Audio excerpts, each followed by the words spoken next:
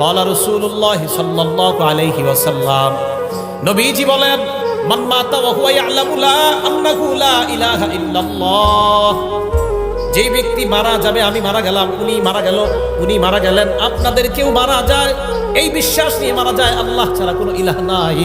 আহলুস সুন্নাত ওয়াল জামাত এই হাদিসের অনুবাদ করে মান মাতা ওয়া হুয়া মুওয়াহহিদুন বিল্লাহ অথবা মান মাতা মুওয়াহহিদান বিল্লাহ, কেউ যদি আল্লাহর একত্ববাদের স্বীকার করে মারা যায়, দাখালাল জান্নাহ, আল্লাহর নবী বলেন আমি তোমাকে গ্যারান্টি দিলাম তুমি একদিন আল্লাহর জান্নাতে প্রবেশ করবা। একত্ববাদের বিশ্বাস নিয়ে দুনিয়া থেকে যাওয়া। বলেন আমাদের রব কয়জন? ইলাহ পৃথিবীতে কয়জন? আসমান জমিনে যত জগৎ হতে পারে সমস্ত জগতে ইলাহ কয়জন? হ্যাঁ, এই বিশ্বাস নিয়ে কবরে যেতে পারলে ইনশাআল্লাহ জান্নাত পাওয়া যাবে।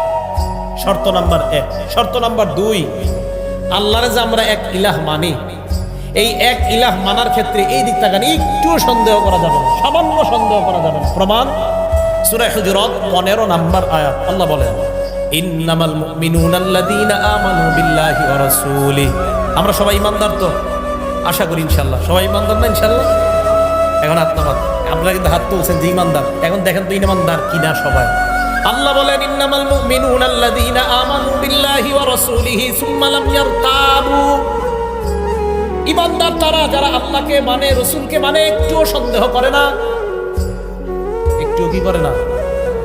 আল্লাহ ইমানদার তারা যারা আল্লাহকে মানে, রাসূলকে মানে, সুম্মা লাম ইয়ারতাবু, সামান্য সন্দেহ করে না। ওয়াজাহাদু বিআমওয়ালিহিম ওয়া আনফুসিহিম, প্রয়োজনের সময় জানমাল নিয়ে জিহাদ করে।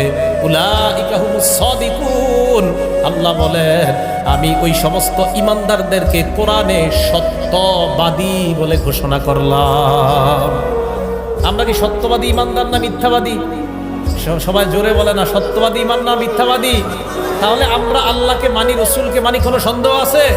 আল্লাহ এই মুহূর্তে সমস্ত সন্দেহ আপনি দূর করে আমাদেরকে সত্যবাদী ইমানদারদের খাতায় আমাদের নাম লিপিবদ্ধ করে দেন।